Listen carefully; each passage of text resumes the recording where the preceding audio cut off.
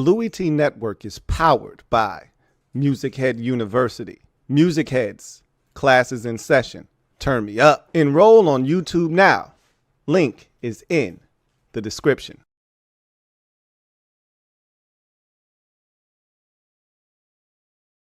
Who else could it be but me, your man, Louie T? Woo! Welcome to Training Camp Confidential. I, of course, am your host, Louie T. Thank you for joining me. Lots to get to today. We heard from both defensive coordinators. It's almost kind of like how it was the last week. I guess this is the theme when we're heading into the final padded practice of a preseason game week. The last time we were here, we got new DEPPYs, which we have today. So we're going to go through the new DEPPYs. We have OC and DC speaking. You know, I'm a big offensive and defensive coordinator, coach speak guy. So anytime those guys speak, I'm locked in.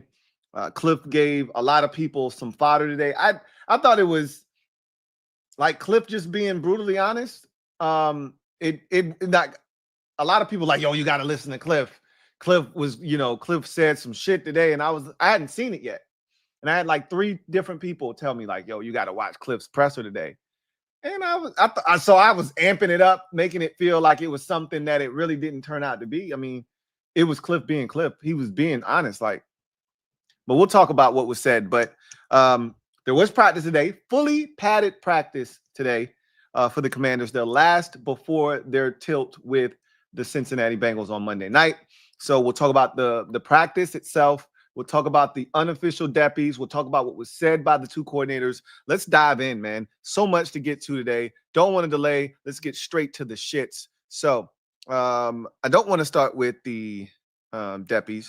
I do want to start with what happened at practice today. So there were a lot of conversation. I had a big show last night with Candy Waller. Shout out to Candy for chopping it up with the kid for over 3 hours.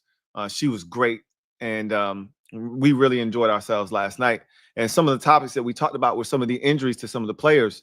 And had they been had those players been, on the, at the field during the scrimmage, the inter squad scrimmage, had they been, lurking around, did they look like they were close to getting back on the field? And voila, we got some updates from Candy today, starting with Tyler Owens. He was back out on the field in pads. Jordan McGee was back out at practice in pads. Again, that she didn't necessarily say that they participated, but if they're out there in pads, that's a great sign, right? So we could see Jordan McGee in the game on Monday night, same with Tyler Owens. The biggest one of them all was Jacory Krosky-Merritt. He was in pads at practice, not wearing a no-contact jersey, so that's another good sign. So you love to see that. Bobby Price was a guy that we saw the concussion. It was a nasty one. Head hit the turf. He's still in the concussion protocol because he had a no contact jersey on. So he is a guy that probably won't be ready for the game. I can't say that he won't, but it doesn't sound like he will. That's part of the reason I think they brought in the 2 corners in after the workout on Monday, in Isang Bassi and Antonio Hamilton Sr. So I don't expect Bobby Price to play this week, which is, again, not a big deal. But the guys that we are concerned about and do want to see on the field, some of them at least, Jordan McGee, Tyler Owens, Bill, all practice, or at least were out on the field in their unis with their pads on, which is a great sign. So I think we're trending in the right direction. There are no guarantees that Jordan McGee plays. I always felt like Bill was going to play on Monday. Always felt like he was going to play. Tyler Owens wasn't sure. Didn't know the extent of the injury. But good to see that he was back out there. And then you're still waiting for guys like, Jonathan Jones. What's the status on him? Noah Brown. What's the status on? Obviously, I don't think either one of those guys, Brandon Coleman, etc. I don't think any of those guys are playing in this game, right? Which is fine. I'm not tripping about that. But you just want to hear that these guys are back at practice and able to, get out there, get some reps going, and then you work your way up from there. So you get to the actual activity in practice today. A lot of work for Debo. This is from Zach Selby, in this series of tweets that I'm going to read. A lot of work for Debo today, getting a lot of looks in different spots on the field and coming up with some impressive plays.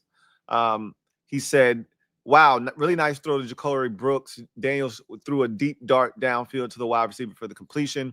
He also said, good ability by Jaylen Lane to get separation on Ben Nickel for a completion on a crossing route. Ben Nickel was not a real human being today, as Rio likes to say.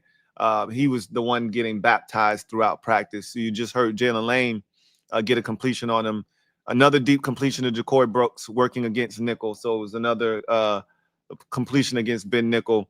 And he said, good execution by the Commanders starting offense on a screen to Debo, working against the second team defense. I'm at the point now where, and this is probably not fair to them because it was only one game, but I don't even respect the second team defense anymore after the showing in New England and what they did in the joint practice and et cetera, letting Josh Dobbs cook them in the joint practice and then going out on the field and embarrassing themselves in the manner that they did. I don't even respect the second or third team defense. So when guys are out there cooking them, I expect that. It's the first team defense that's been causing all the havoc, and defensive coordinator Joe Whitt Jr. said as much, basically. So as much as I want to respect the Debo Samuel screen, which I love to hear, by the way, that's what you're supposed to do. They put bums out there. You take care of business, right? It's still like, okay, it was the second team defense, right? I can only be but so impressed. But nonetheless, good to hear that Debo getting involved in the screen game, doing the things that he, has been doing every single practice, which is making an impact, making big plays. JP Finley said, good kicking session for Matt Gay. He went 5 of 5, and the last one looked 50 plus. So he wasn't sure how far it was, but it looked like it was a pretty long field goal. JP Finley also said, just a beautiful throw and catch from Jayden Ertz, route clinic. We've heard that all summer long. Zach Ertz in his bag. Jayden Daniels, very comfortable throwing the football to Zach Ertz. Those two made beautiful music last year, and I think the next album is going to be even better. And then JP Finley says, Gay makes another field goal to end practice. Good day for him. So it sounds like he was perfect on the day, banged home a few from deep and distance. So that's what we want to hear from Matt Gay. I told you, I think he's going to be just fine. I hate that he missed his first kick as a Commander in the preseason, but ultimately, I think Matt Gay is a good field goal kicker, and he's going to be fine. No, he's not going to be perfect, but I think he's going to be an upgrade over what we dealt with last year when it's all said and done.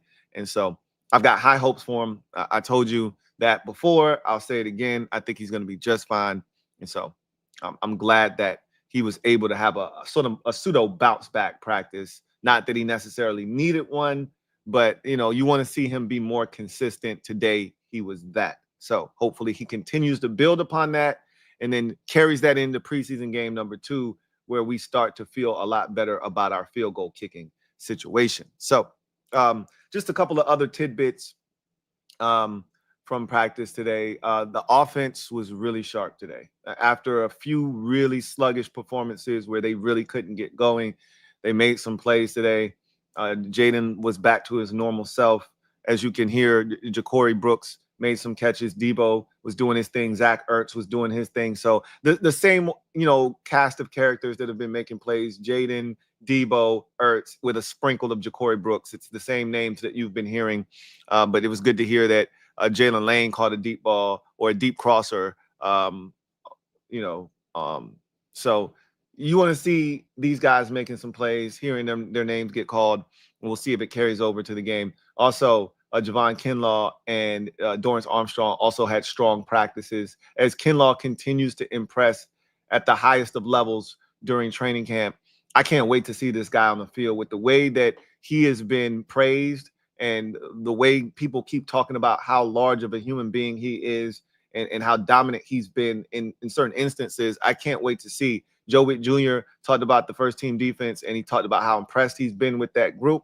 And, he doesn't throw around compliments, willy-nilly. So, and he talked about Kinlaw and others on that defensive line who just were absolutely stout against the run during the Patriots joint practice, which we heard. So we'll talk more about what was said by Joe Whitt Jr., but another strong practice by Dorrance Armstrong. And Javon Kinlaw in particular on the defensive side. Mikey Samerstill was a menace again today. So again, you're hearing a lot of the same names being recycled over and over again, which is a good thing. Guys are, taking next steps, in the case of a Jayden, in the case of a Mikey Samerstill.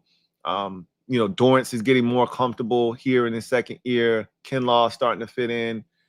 You're starting to feel really good about the pieces that they brought in here and their assimilation. And then you're feeling good about, the talent, overall talent on this roster. Again, you just want to get healthy at this point. Now that's what you really need to see. Kliff Kingsbury touched on that, and we'll talk more about it. But honestly, that's all that we really need to see at this point is them to get healthy and then see what the product looks like. And we'll get a glimpse. And, you may not get a real, fair, accurate picture of what this team is, at least offensively. Defensively, I don't think there are any, real injuries per se as of right now that should hinder what we see from this defense. I think everybody's pretty much healthy on that side of the ball to this point. So knock on wood, you want it to stay that way. And so there's no excuses on that side of the ball. But offensively, obviously with no Terry, no Noah, and then two of your offensive linemen down at this current juncture on the interior, you could understand if some things kind of fell apart on that side of the ball a little bit. So let's go ahead and dive into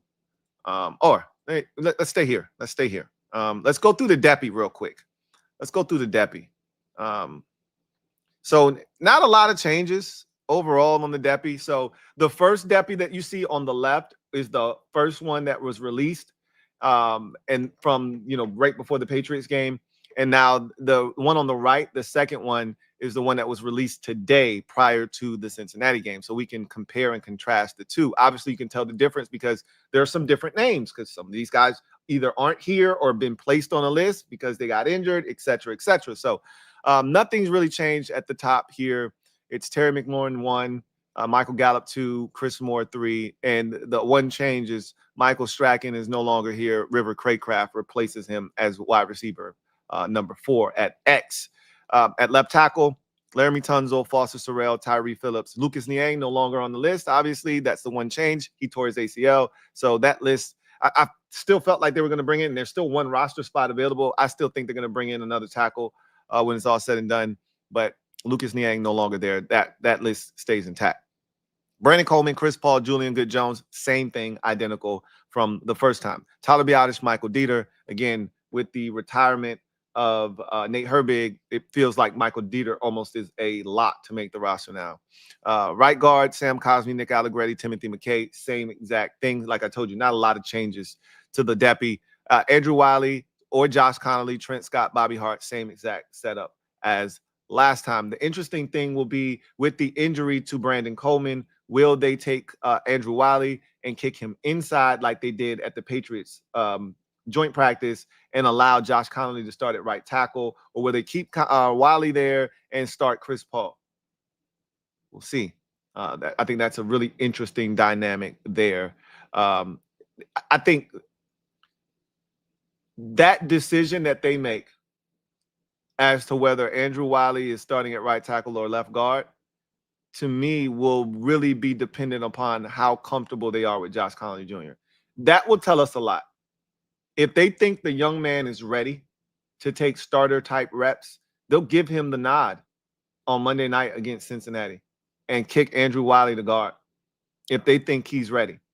If they don't think he's ready, they'll keep Andrew Wiley there and they'll just insert Chris Paul at left guard. So we're going to learn a lot about how they feel about Josh Connolly right now. They may not be willing to move him up on the depth chart, but they can tell us a lot without saying anything. Their actions can speak way louder than any depth chart can. If they kick Wiley inside the guard and keep Connolly at tackle to start the game off with Jayden Daniels and company on the field, that means they're getting that much closer to crowning Josh Connolly Jr., the starting right tackle, and they're starting to get really comfortable with what they're seeing from him. So we're going to find out a lot by seeing how they configure this offensive line in the absence of Brandon Coleman. Zach Ertz, Ben Sinnott, Cole Turner at tight end. Obviously, that's TE1 behind Ertz. And then John Bates is TE2. Colson Yankoff, Lawrence Cager behind him. So nothing has changed at the tight end position.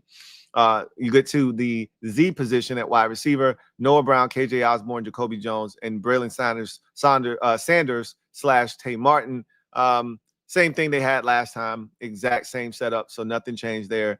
And then you got the slot: Debo, Luke, Jalen, Ja'Cory, Debo, Luke, Jalen, Ja'Cory. So nothing changed there. Same thing can be said with the quarterbacks: Jayden Daniels, Marcus Mariota, Josh Johnson, Sam Hartman. Same exact setup. I think Sam Hartman still is the guy that they want to be QB3, but he's going to have to earn it. And he did not necessarily do that in the preseason game versus the Patriots last Friday. But I also think he was hurt by some of his teammates, not making plays on perfectly thrown footballs. And Kliff kind of talked about that. We'll elaborate when we get to Kliff's presser. Running back position is exactly the same. Brian Robinson Jr., Austin Eckler, Jeremy McNichols, Chris Rodriguez Jr., Ja'Cory Krosky-Merritt, Kaz Allen, Demetric Felton. It's the same exact 7 on the second one. So not a lot has changed. They've only swapped out Mike Strachan for River Craycraft, and Lucas Niang is no longer on the list. Outside of that, everything is basically status quo. You go to the defensive side. I surmise, I haven't looked at these, by the way. This is the first time I'm looking at them. I surmise that this is going to be exactly the same, right? Nothing. We haven't seen the first team defense. Second team guys were out there. They didn't play well. Dominique Hampton obviously is no longer here, so I think you're going to just have a Duke Riley insertion there. But outside of that, I don't think you're going to see too much change here either.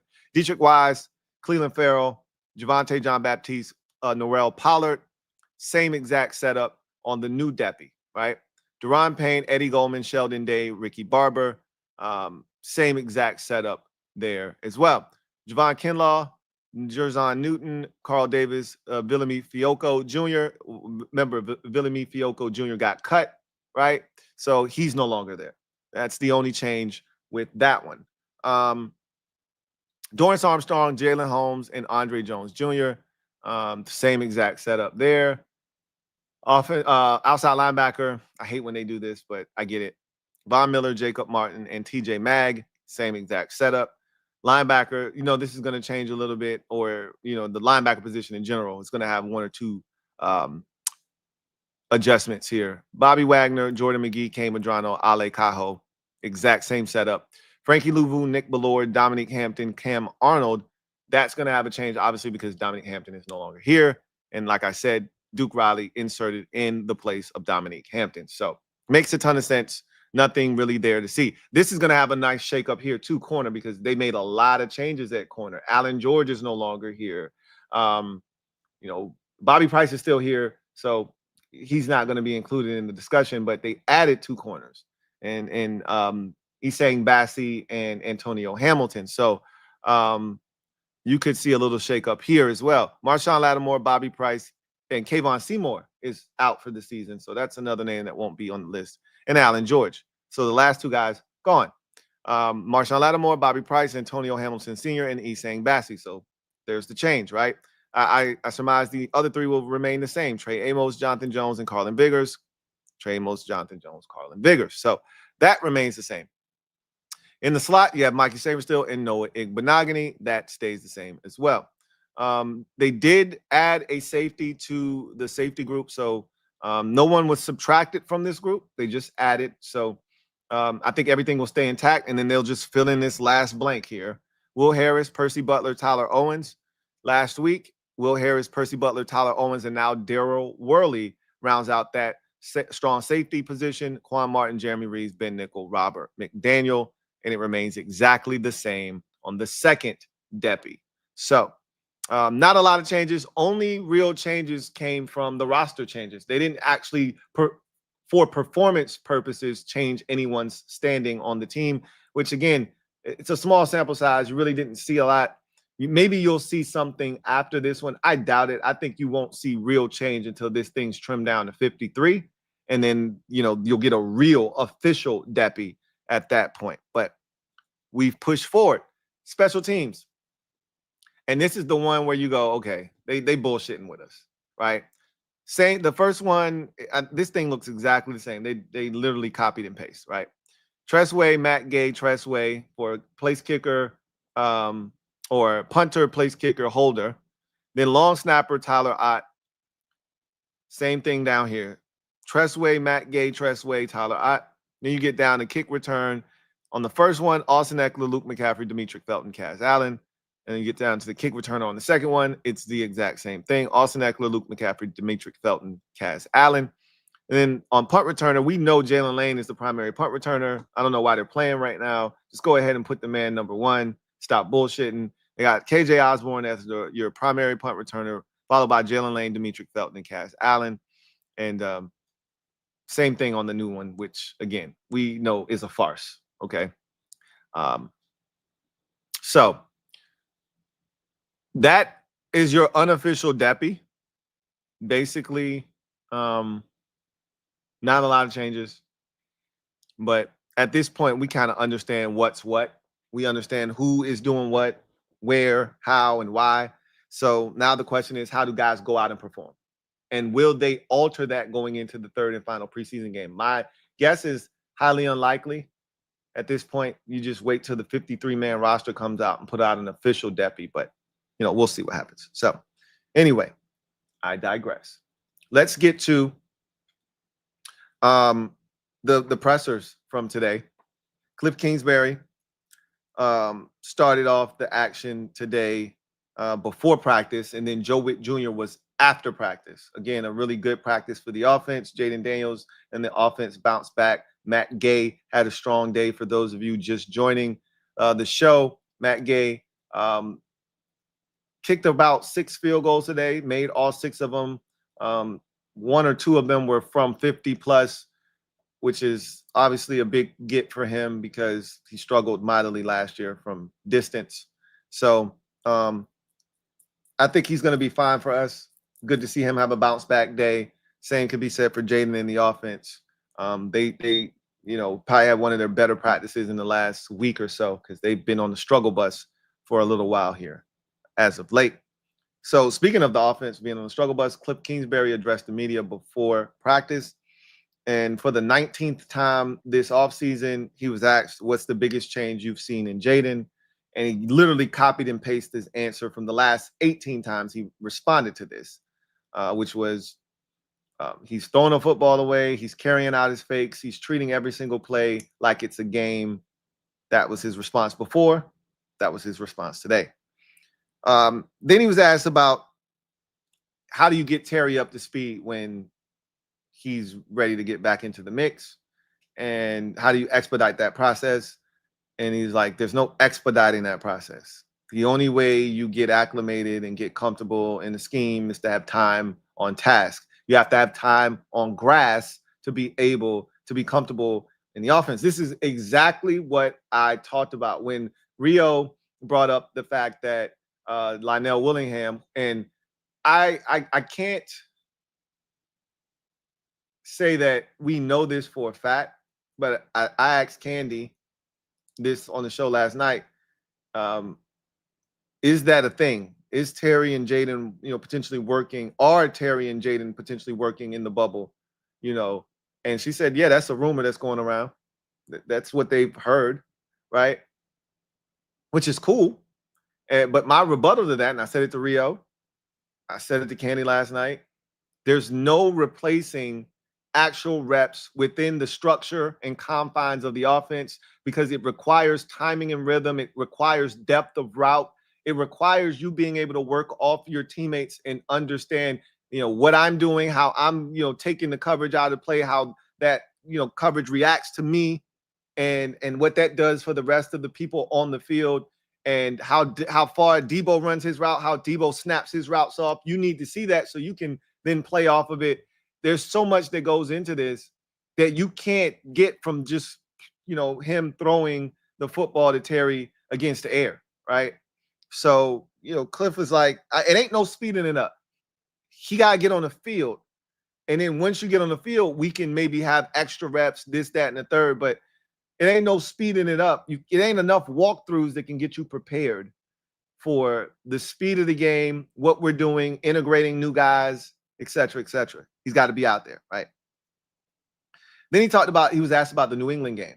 And he basically said that the New England game, his biggest issue, and he had said this going into the game, is that he didn't want to see the turnovers. He specifically singled out Sam Hartman and said he needs to take care of the ball better. And what did Sam do? Threw a pick, and it was a bad one. Now, I can test, and I can't confirm nor deny this, right?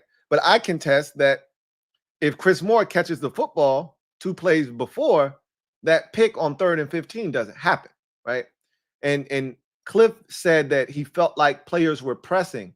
I said exactly that about Sam Hartman. He started to feel the pressure of, I got to make something happen. And this is what happens when teammates make, mistakes, drops happen, mistakes keep happening. You feel like, I got to do something to turn the tide. I got to make a play. And that's when mistakes happen. That's when turnovers happen. That's when people start forcing the issue. And that's what Sam did on 3rd and 15. It went from bad to worse, right? Because you get the drop from Chris Moore, then you get the false start from Bill, and it went from should have been 1st and 10 inside the Patriots 25 to 2nd and 10. Then you get a 3rd and 10. Then you get a 3rd and 15 because of the false start. And all of a sudden, I feel like I got to do something. And it leads to disaster, right? He said the ball security is something that they got to be better at. He talked about the O-line depth, and he said, some of the issues with what they've done, whether it's the joint practice or the game against New England, some of the issues has been we just ain't healthy up front. We've had to play musical chairs. He said the good thing is, and you always take the good with the bad. You always want to find a positive in a situation. He said the positive is we've had an opportunity to see what the situation will be if we get into these types of situations during the season where Coleman is out or, Cosme. We know there's a chance that Cosme won't be ready for the start of the season. So you already need to be ready. And they're comfortable with Nick Allegretti being out there. Like, that's not the issue. The issue is Coleman not being out there, because now you talking about, and he brought up Chris Paul and Julian Good-Jones. And I'm like, nah, that ain't good, Jones. Like, I don't want to see him. Julian Good-Jones ain't good, Holmes. And and Chris Paul, solid. But again, I don't want to see him in the starting lineup. So again, he talked about Wiley going over in the joint practice and kicking over the guard, and said he did a really solid job there. And he's showing his versatility, being able to play 4 out of the 5 offensive spots, both left and right tackle, both left and right guard. So I think that's something we may see in the Cincinnati game, to be honest with you, if they're comfortable with Josh Connolly Jr. That's going to be the biggest thing. I'm surprised no one asked him specifically about Josh Connolly Jr. because they did the last time right before the Patriots game. And it would have been interesting to hear what his answer would have been based off of the fact that now you've got a joint practice and a full game worth of tape to assess from Josh Connolly Jr. It would have been nice to see what he had to say about his performance in that game, but no one really asked him about Josh Connolly Jr. He was asked about the running back room. He basically echoed his sentiments from the last time when he talked. He said, hey, all 7 of these dudes could be on the NFL roster. It's a talented group, and he kind of went through that room basically saying this guy does this guy does that, this guy's really talented. And he said, you guys know what Bill has been. So he likes the group, right? And then he was asked what balance looks like for him. And he said that for him, it's not about balance. It's about the best game plan and execution against that team, that day, that scheme, and the personnel that's on the field. Whether it's your personnel that you have to adapt and adjust to, like, hey, we don't have this guy, we don't have this guy, so we probably should do this to combat that. Or you playing against a team that doesn't have their 2 run stuff and defensive tackles who are both out due to injury. Well, let's run the ball on these boys then, right?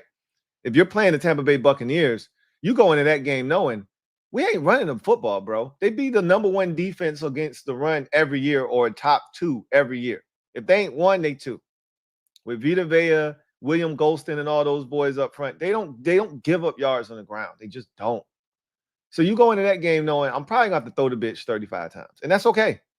That's okay. I know what I got to do to try to win this game. And that's essentially what he said is, I'm just trying to do whatever it takes to be the best that we can against that opponent that day. And if that means throwing it 70 times, if it means running it 70 times and only throwing it 20 times, so be it. He said, you don't go into a game saying we want to run it 25 times and throw it 25 times. So he talked about B-Rob, and he said B-Rob was one of the standouts of the joint practice versus New England. That was probably his best practice of the summer. And he said B-Rob is a guy that shines when the pads are on and there's real contact. That's when he's at his best. And he said he's looked really good this summer, and they're excited about seeing what B-Rob will be this year. He said he looks a lot more comfortable in year 2 of the scheme. He said, now this was the big, question that prompted the response that everybody was kind of going crazy over. And Kliff was asked about the offense gelling and meshing, and how does he feel that that process is taking place right now. And he's like, it's really hard for the offense to gel and mesh when you're down your number 1 and number 2 receivers on the outside.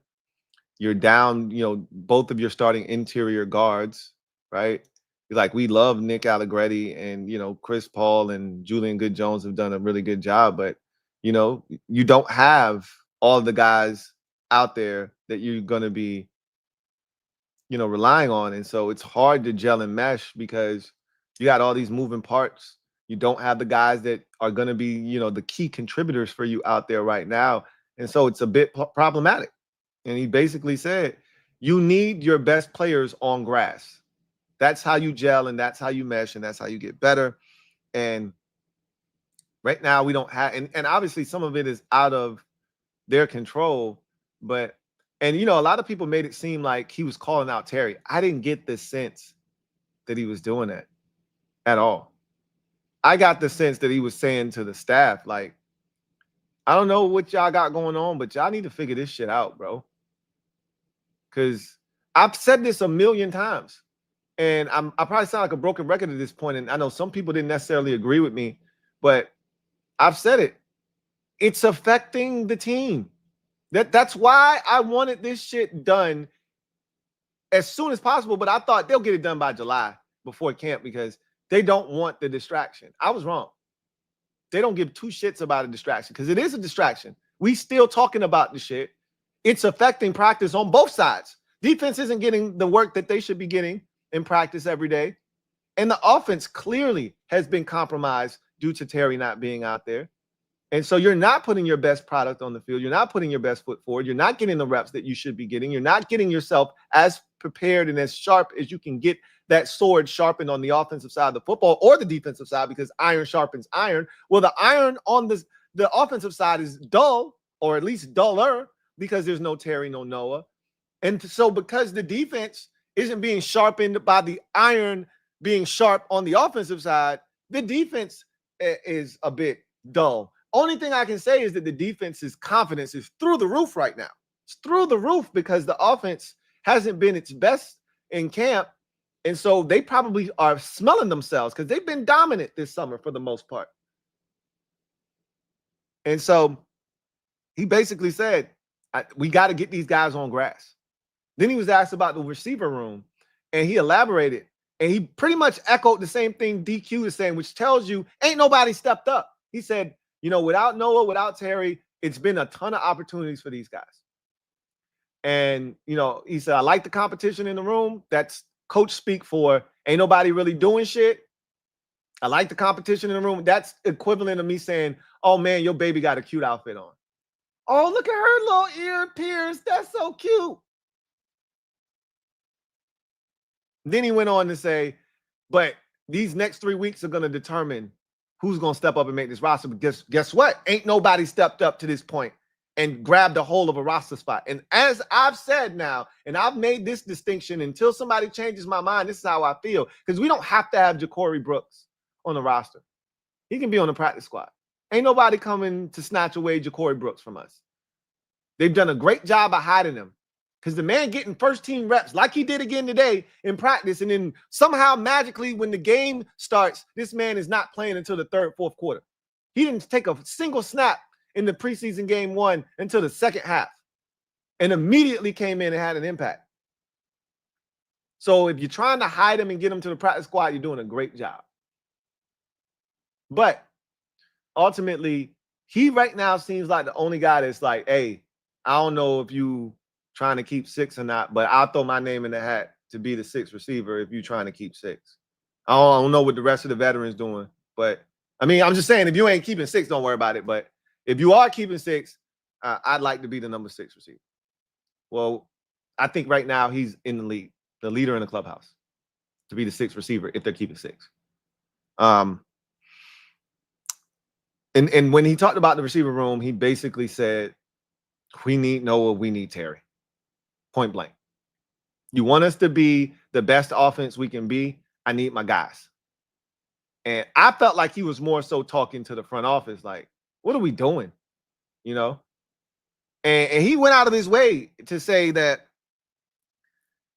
I ain't really been talking to Terry for real. Terry ain't really been in the meetings for real. He been rehabbing. Like, he's like, it's only so much you can get done by taking mental reps, by going through walkthroughs. And Kliff says, I'm a big walkthrough guy, but I'm a big walkthrough guy because you take that information from the walkthrough and then you apply it in practice. Well, he can only do the walkthrough. He can't apply it in practice. And again, in the walkthroughs, he ain't even out there doing that. It's more of a mental, mental notes. So, yeah. Kliff was, clearly was like, I need my stuff, bro. Straight up. He was asked about Jayden being cerebral. And he's like, yo, Jayden has photographic memory. We show him the play one time and he's got it, bro. He's like, I show up some days and I screw the play up. And I don't believe him, by the way. That's just him, giving Jayden even more props. But he's like, but he had screwed a play up before, but it was helter-skelter against Cincinnati. He did screw that play up, and Jayden got him right. But he's basically was like, yeah, sometimes I show up and I screw the play up and Jayden has to correct me. Like, dude is next level when it comes to his preparation and being detail-oriented and understanding what's what. So he talked about him being cerebral in that way. He talked about Jayden's ability to check and set protections. He said that's the biggest growth in year 2, is he's more comfortable in the offense now. Instead of, Kliff said, just trying to run the play as efficiently as possible. Now he's in a position where he can look at the defense, say, no, I don't like this look that we're going up against. We can't run the football, or we can't throw the football into this look. Let's get to this check, right? I see they bringing some pressure off the left side. Let's go ahead and slide the protection to the left. He's more adapted doing that in year 2, more advanced at doing that in year 2. And he said that's part of the growth that you see with him being more comfortable in the same system in the second year. He was asked about Wes Welker. I forgot Wes was even here. The white wide receiver whisperer, Wes Welker. Say that 7 times fast, right? Or Wes Welker, white wide receiver whisperer. Good luck. I think I like the first one better because I think it's more of a tongue twister said that way. But either way, it's tough, right? Wes Welker, don't actually know what his technical role is. Someone could, enlighten me on what the actual technical term for his role is called, because they do that shit in the NFL all the time. They'll make up a role for a dude. Dudes be coming in special assistant to the head coach. What the hell is that? Does he get the coach water, Gatorade on timeouts? Like, what does the special assistant to the head coach do? Right? They got all kinds of shit they can make up. But Wes Welker, he said, is doing all types of shit. He's like, he's helping us out on offense. He's helping the defense out, which we didn't know. And Joe Whitt Jr. basically gave us what Wes Welker is doing on the defensive side of the football. But he's like, Wes is a great tool for us to use. He's been a great asset for the players. And so he's like, it's a really good move by Adam and DQ to bring him in. He talked about Jayden's process improving. And one of the things that we felt like Jayden was light years ahead of a lot of the other young quarterbacks was his process. How he prepares, and Kliff's like, he's even turned that up a notch. we didn't even think that was possible. Kliff's like, I get here at, well, he didn't say it this time, but we've heard stories about Kliff getting there at 3 in the morning, 3:30. And he's like, Jayden's getting here even earlier now. And he's getting in the work and he's going through the script. And, he's taking it to another level. And he's like, one of the things that has impressed him is Jayden in his second year with all the accolades from his rookie season, all the accomplishments, getting this team all the way to the NFC Championship. You could easily go the Chase Young route after, winning Offensive Rookie of the Year like Chase did after winning Defensive Rookie of the Year and go big time and start doing every commercial, which Jayden hasn't run away from, brand deals and things like that. That's what you're supposed to do, capitalize on your stardom, right? But, then Chase wasn't coming to OTAs and, Chase was big time in the organization and he didn't put in the work like he was supposed to. And we saw the results of that. The next season, the man ain't get a sack till like week 10 before he got injured for the rest. He had a sack and a half before he got injured for the rest of the season. So he could have easily allowed that to go to his head, sort of like Robert Griffin III did, even though he was coming off of an injury. That shit went straight to his head. He's like, nah, ain't none of that popping off with Jayden. The process has gotten better.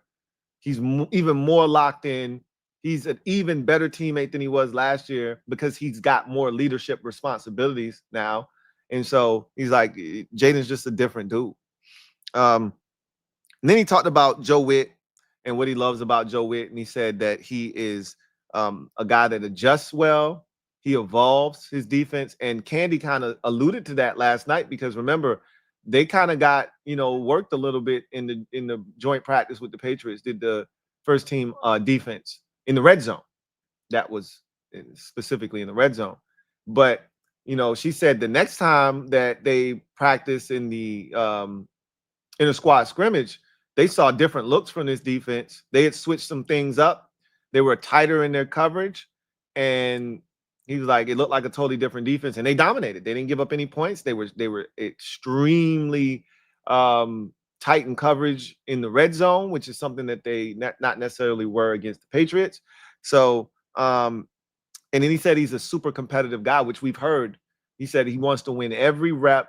He wants to win every competition. Anytime it's defense against offense in any way, shape, or form, he wants to win. And so he's like, he makes, both sides of the ball better, right? And then he talked about coaching greatness. He coached, obviously, Patrick Mahomes. And now he's coaching Jayden Daniels. And, to throw in another guy, he coached Baker Mayfield. He coached Johnny Manziel. Again, that's on the college level. But, Baker Mayfield ended up being the #1 overall pick in the draft and has turned out to have a really good NFL career. So, but more so, it was about Mahomes and Jayden Daniels. And were there any parallels? And what are the things you're looking for in a great quarterback? Like, how do you know? And he was like, you just know, right? He's like, I watched Patrick in high school because remember, he recruited him to Texas Tech. And he was like, he didn't look like the traditional passer, which we saw in the NFL. Patrick Mahomes is not your traditional drop back and, read the defense and, get rid of the football type quarterback. That's what has made him so special is his ability to go off script, make things happen, be unorthodox and still play within the structure of an NFL offense. And he was like, you could tell he wasn't as polished and didn't go through the, 7-on-7 camps and the quarterback camps and things that you see, some of the top prospects at the quarterback position go through. He was a bit more raw, but the talent was there. You could see him making plays. And he said with Jayden, he said the thing that really made him different was when you got a guy with the athletic profile of a Jayden Daniels in college, it's so easy to put your quarterback in a position to see your first read and let it rip. If it's not there, tuck it and run. You're an athlete. You're going to be able to hurt the defense with your legs. And he said Jayden's ability to remain poised in the pocket as a passer was uncanny for a guy with his skill set because a lot of times, and we said this about Deshaun Watson when he came out, one read quarterback, if he doesn't like what he sees, he goes. Same thing about Robert Griffin III. One read quarterback, if he doesn't like what he sees, Kyle Shanahan and Mike Shanahan told him, your legs are the check down. You don't like what you see on Pierre on the drift route? Take off, bro. Go, right? Much faster than slow. And Jayden it didn't do that. He stayed in the pocket, remained a passer, got through his progressions, and he said you just don't see that from college quarterbacks at the level that Jayden was doing it at, with the athletic profile that he has. So that was the Kliff Kingsbury press conference. Really good stuff from Kliff. It always is really good stuff from Kliff, so this was no different. Joe Whitt Jr., his press conference. After practice, Joe talked about the growth of the defense this summer, and he said, you know, he's seen this defense really take the steps forward that he was looking for, specifically the first team defense. Like, he didn't have a lot of nice things to say about the group after the first team defense. So, which I get it, small sample size. Obviously, they've seen the second team defense, third team defense all summer, but they did not have a great showing against New England. So no compliments for you, right? So he talked about the first team defense, and he said like they balled against New England in the joint practice. He said New England got us a little bit in the red zone, but I was pleased with what we did. Got our hands on the football, picked one off. We stopped the run. They couldn't run at all against our first team defense. So he's like, I think the growth is tremendous. Now we want to see it carry over to the next game and into the regular season. But they've had a strong summer. And then he talked about the run defense, right? Excuse me, he's talking about running his defense. So they asked him with how you feel like the defensive line is going to, be this year, how you project them to be able to play. And with the secondary having a little bit more confidence in them this year, do you believe you can now run your scheme, run a little bit more complex stuff, maybe switch it up a little bit more? And he was like, I don't know about all that. He said, what it will allow us to do is for us to be us. Like, basically, he said, I grew up in a scheme where we like to play tight man coverage, be aggressive that way, and that frees up a lot of things. He said, I'm not a big on playing zone. I'm not a big zone guy. And he said, last year we had to kind of hide some things playing zone. I'm not trying to do that. That's not who I am. And right now I don't feel like I got to do that. I get to run the shit that I want to run. I get to run my defense, essentially. So I think you're going to see Joe Whitt, unleash the dogs this year. Like, Joe Whitt's a badass. I keep saying this. Like, I really think he's a good defensive coordinator. I thought he did a lot with a little last year. I thought he squeezed the hell out of that rag and got every single drop out of that bitch. The rag wasn't very damp, guys. And he still got us about a quarter of a bucket of water somehow. Don't ask me how he squeezed that out of that rag, because that rag didn't have much in it. But he got what he could get out of it. I think with the talent he's been given this year, I think you can see a lot better production from this defense. He talked about the linebackers in the Pats game, and he basically said that shit wasn't good enough. Straight up. He didn't mix any words. He like it wasn't good enough. It wasn't to our standard. Clearly, they got rid of Dominique Hampton. He said, some of the guys flashed. He was probably talking about Cam Madrano, but he said overall, that's not what we want to see from our linebackers. Hence, they brought in Duke Riley. And so he said, they got to be better. They're going to get an opportunity to do that here against Cincinnati. And we want to see if the changes and the adjustments that have been made are applied to the field and they are better in their second opportunity to play, because it wasn't good enough in the first game. He talked about Jeremy Reeves, and I know he loves Revo. He's talked about him all offseason, and he just continues to sing his praises. He was like, Jeremy Reeves has ascended to the third safety spot. So he's basically taking Percy Butler's spot as the third safety on the field. And he's like, Revo plays the game of football the way we want our defenders to play, which is what I said. He embodies, fast, physical, and the type of football that they want to play. We want to run and put our bodies on people in a violent manner. That's what Joe Whitt Jr. said the first time we heard him speak. We want to run and put our bodies on people in a fast, physical, and violent manner, right? That's what Revo does. For good, for better, or for worse, he gonna hit something. And he said, basically, he's so good on special teams that you don't want to put him on defense full time, because you don't want to take him away from that role. What I definitely don't want to Antoine Randall Elam, where Antoine Randall got here and he thought he was too good for special teams, which is the shit that made him a viable free agent wide receiver. He was like, nah, I'm really a receiver now. I'm like wide receiver too, so I really don't want to return punts. And he became Antoine Randall Fell because he was a receiver now. I don't think Jeremy Reeves would ever do that, but shit can go to your head a little bit. And so they're kind of a little bit apprehensive to, go full bore with him on defense because they don't want that to affect his special teams play. But Joe Whitt is like, I don't know if we're going to be able to keep him off the field defensively, to be honest. He talked about his comfort in being a DC. This is year 2. And last year was a learning experience for him. And, he said this the last time he spoke a week ago, and he kind of reiterated it, which was the thing that he's better at this year than he was last year is delegating to his assistant coaches, allowing them to coach, telling them what he wants, and then allowing them the space to do what they need to do to produce the result that he's looking for, instead of being a helicopter coordinator. And he's like, I'm letting my coaches do their jobs and just trying to put the players in the best position to be successful. So then he talked about Wes Welker's role here. And he said in Dallas, they did a really good job with 2 guys in particular, Ben McAdoo the first time around, and the second time it was the Cowboys' current coach, Schottenheimer, right? Where those guys were offensive pre-scouts. So essentially, they kind of gave you an idea of what to expect from the upcoming opponent, things that teams that run this kind of system like to do, how they set you up. They want to run this route to get to this route, to get to this play, to get to this play call. When this guy goes in motion, he's probably doing this, that kind of stuff. He's like, that's invaluable information. And he's like, Wes Welker is kind of doing that for us. So he's been a great asset to this team.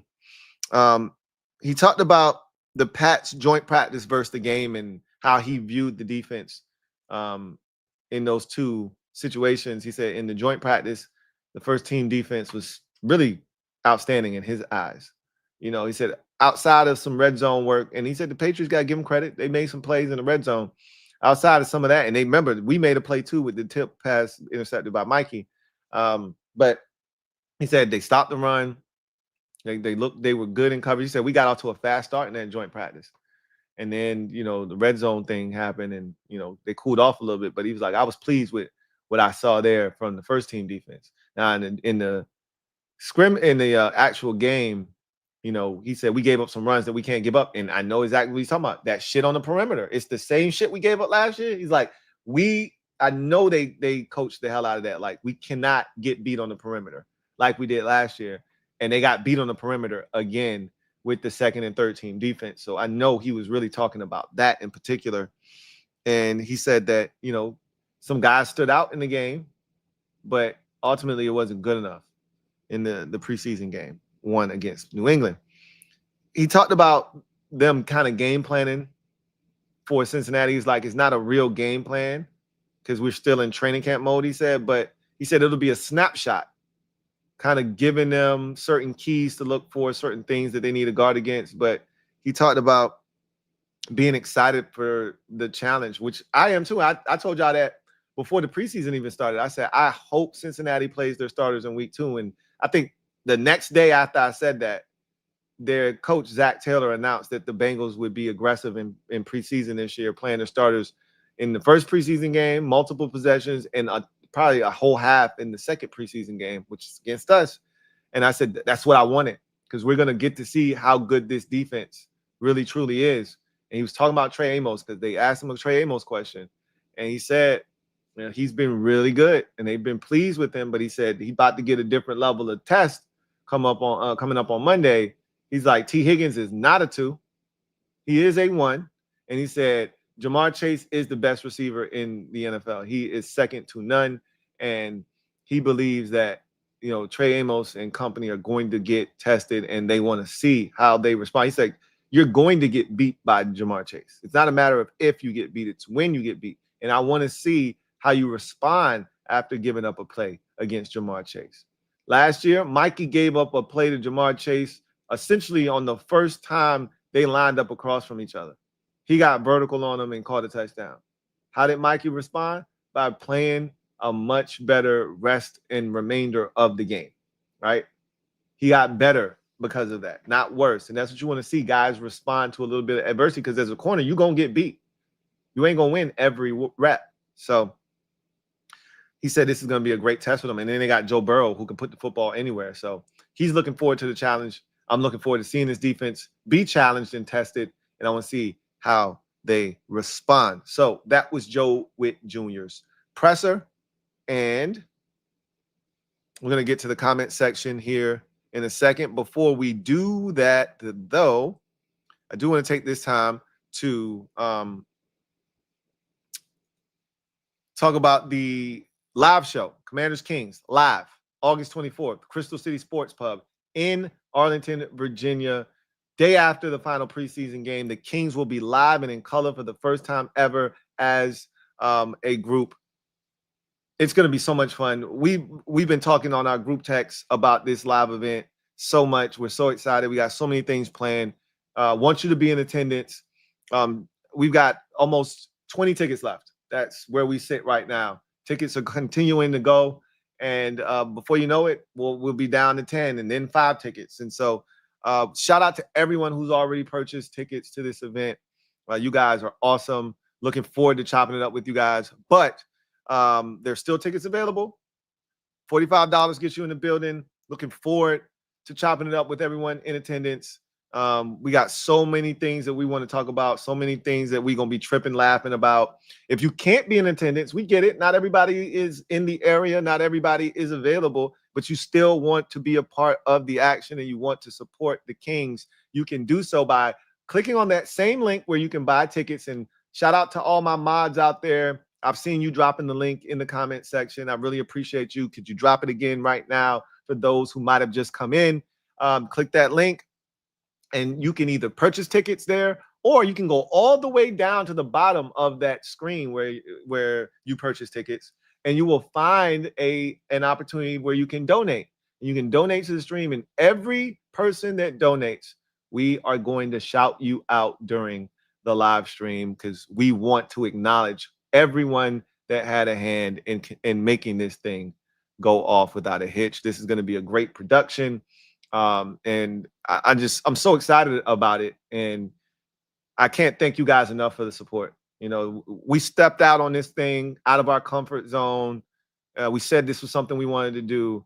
And you guys made this thing kind of come to fruition. So shout out to everyone who either donated or who has bought a ticket. If you're thinking about buying a ticket, get your ticket and be a part of this show. So let's go ahead, get to the comment section, and then we will get out of here. Sonny Rawson, 6024.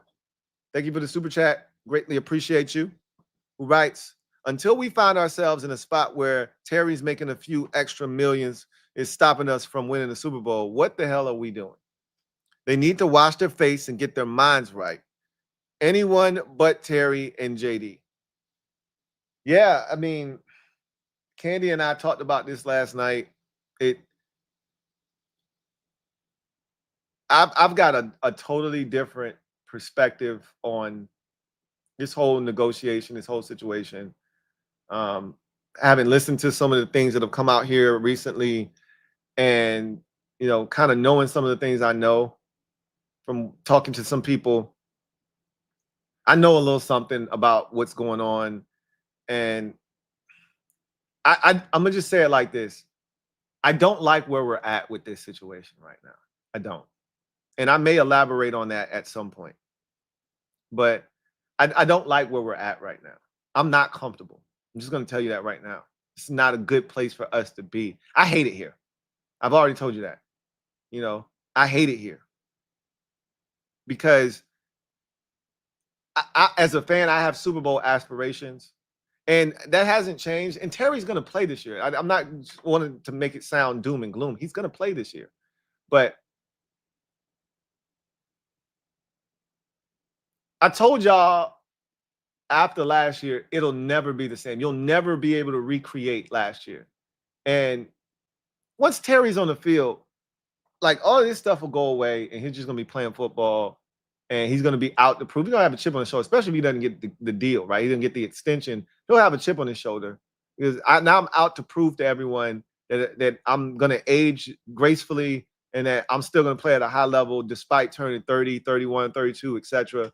And so I expect to get a very motivated Terry. I expect a very motivated Debo, a very motivated B-Rob. I think you're going to get a lot of motivated players this year. But ultimately, there is some love loss.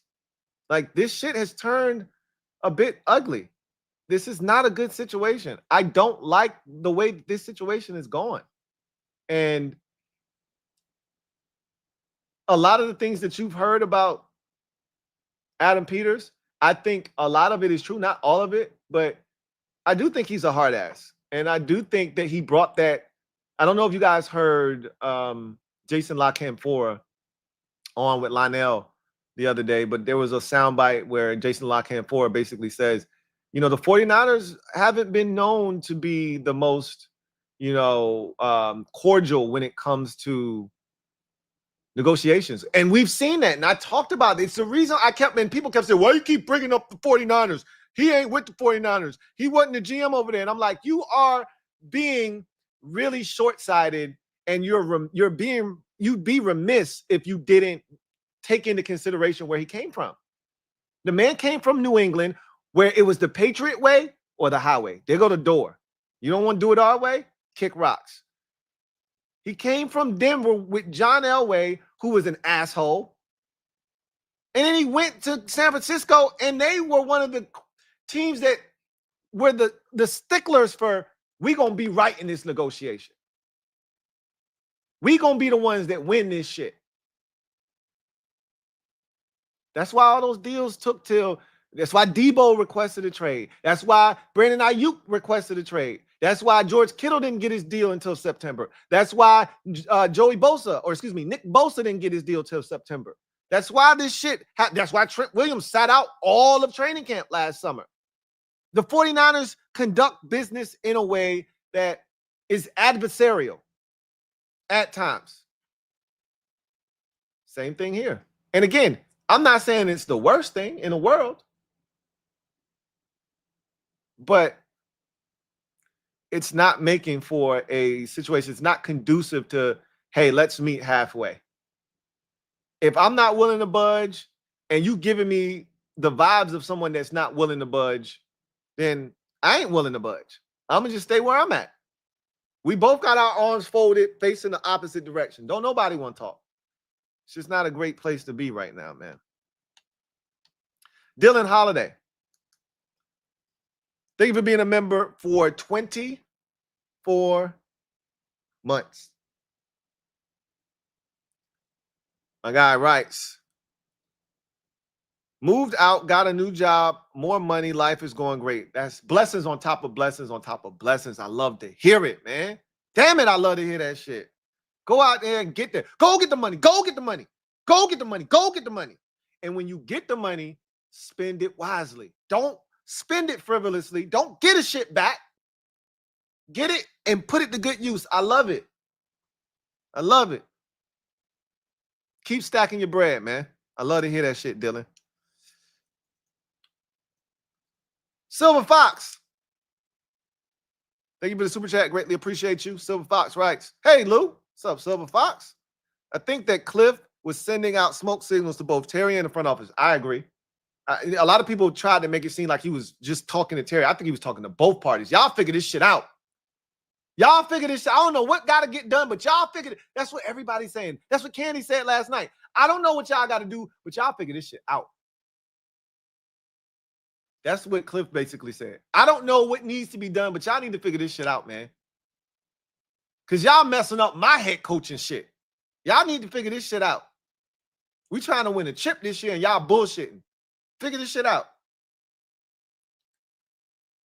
Saying, help me, help you. Yes, that's exactly what he said.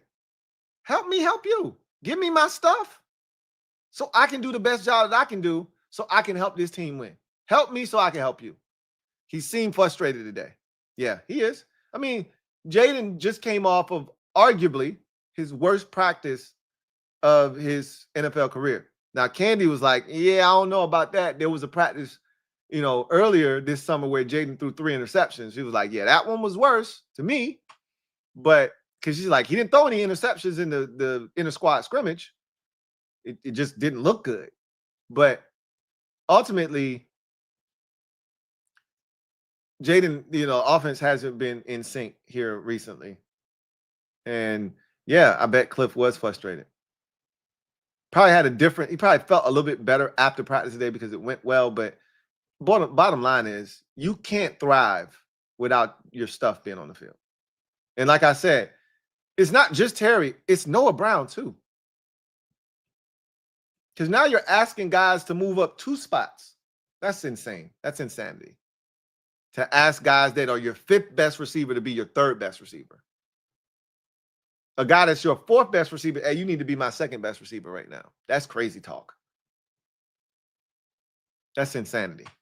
It's hard to win like that. So anyway, I digress. So that's basically it. We heard from the 2 coordinators. New DEPPYs came out. Nothing to see there, right? Which is why I didn't make a big deal out of it like I did. The first one is the big one because this is where we get to kind of see where the coaching staff sees these players. And honestly, I feel like preseason depth charts are more motivationally driven than they actually are rooted in reality, right? Like Ja'Cory Cross-Merritt isn't the 5th back. Like Jeremy McNichols and Chris Rodriguez Jr. aren't making the roster before Ja'Cory Cross-Merritt. Yeah, right. Like Bill's on this roster as the 3rd running back. It's more of motivation. You see your name 5th on the list. All right, I'm going to show them. Jalen Lane is your primary punt returner. Okay, I see they got KJ in front of me. I bet. Like that's what it is more so than anything else. It's motivation. So nothing changed there. But another solid padded practice today. Last of the padded practices before the Cincinnati tilt on Monday night. And so can't wait to see this team in action against the Bengals. Bart Scott. Can't wait. That's going to do it for me, your man Louie T, here on Training Camp Confidential. I put out 2 videos yesterday, put out 1 here today. If you haven't checked them all out, you got some work to do. I put out a 3-hour and some change video with Candy Waller, beat reporter from Bowie TV that covers the Commanders. It was a hell of a show. And I hope you guys get a chance to digest all of that. But in any event, enjoy the rest of your Friday. Enjoy your weekend. And we will be back to chop it up probably on, I would say, you might see my face on Sunday. There's a chance.